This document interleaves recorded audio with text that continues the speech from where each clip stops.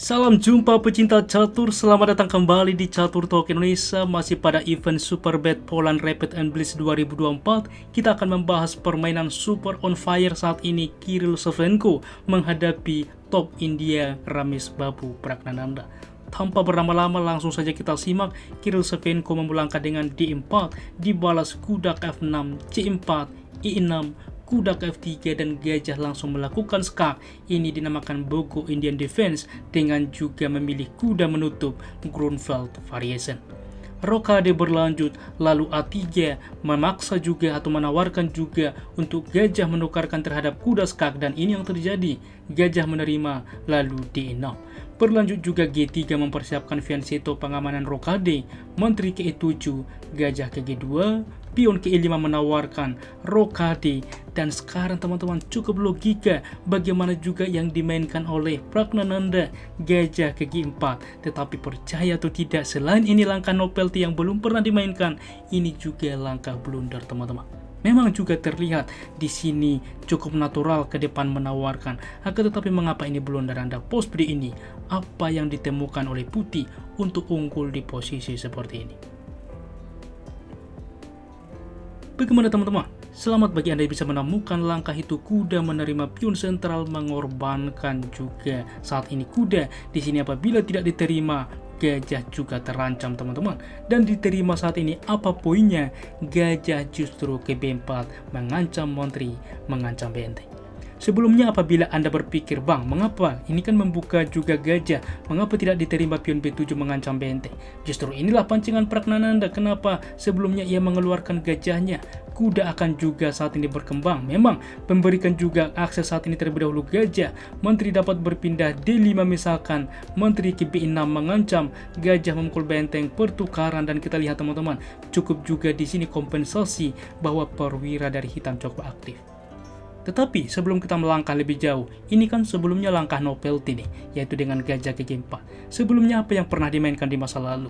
Maka C5 pernah dimainkan waktu itu dan menghasilkan draw teman-teman. Dimana kala itu dibalas dengan menutup D5, kuda ke sentral, gajah ke E3, dan F5. Permainan pun terus berlanjut. Oke, tetapi tentunya setelah rokade saat ini gajah ke G4, pancingan ini pun diterima juga, diketahui sebuah juga jebakan saat ini.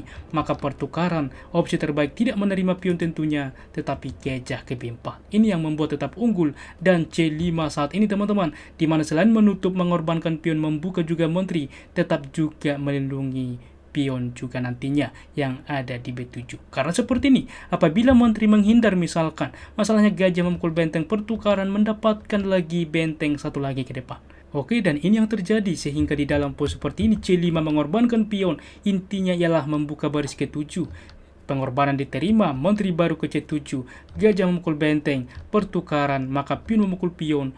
Kuda saat ini tidak bisa diterima juga oleh menteri. Karena apa? Gajah juga akan memukul pion mendapatkan benteng. Kuda mundur dan F4 saat ini cukup solid ke depan kompensasi yang didapatkan.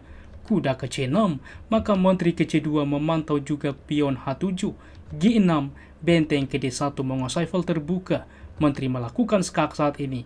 Pion menutup saat ini mengancam juga menteri ke B5 mengancam pion, dan benteng mensupport pion. Kuda juga langsung manuver ke G7, E4 lagi-lagi mendorong ke depan, kuda ke E6 dan B4 saat ini. Kuda ke D4 mengancam juga menteri ke B2 mungkin ke depan menawarkan juga benteng terhadap dua kuda. Di sini benteng mensupport kuda, H3 mengusir gajah, gajah ke E2 mengancam benteng, benteng kembali juga ke E1 mengancam gajah, sebuah pilihan, tetapi ditarik juga di baris kedua. Di sini gajah mundur, sebuah opsi tentunya, mengorbankan juga ke depan. Di sini menghalangi juga benteng dengan gajah juga ke D3 menghalangi benteng, mengancam juga kuda.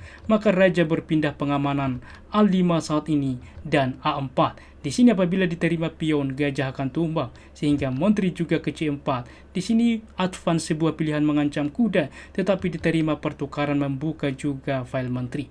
Maka menteri ke B3 menawarkan, masih ditolak mundur, gajah ke A6 dan menteri ke E1. Bagaimana melanjutkan? Saat ini menteri juga menerima pion. Apa yang terjadi misalkan dengan kuda saat ini menerima pion teman-teman? Ini adalah sebuah jebakan. Oleh sebab itulah langkah menteri ini secara tidak langsung memantau teman-teman. Apabila diterima, masalahnya bisa saja diterima kuda ini dengan ide mendapatkan juga kuda teman-teman.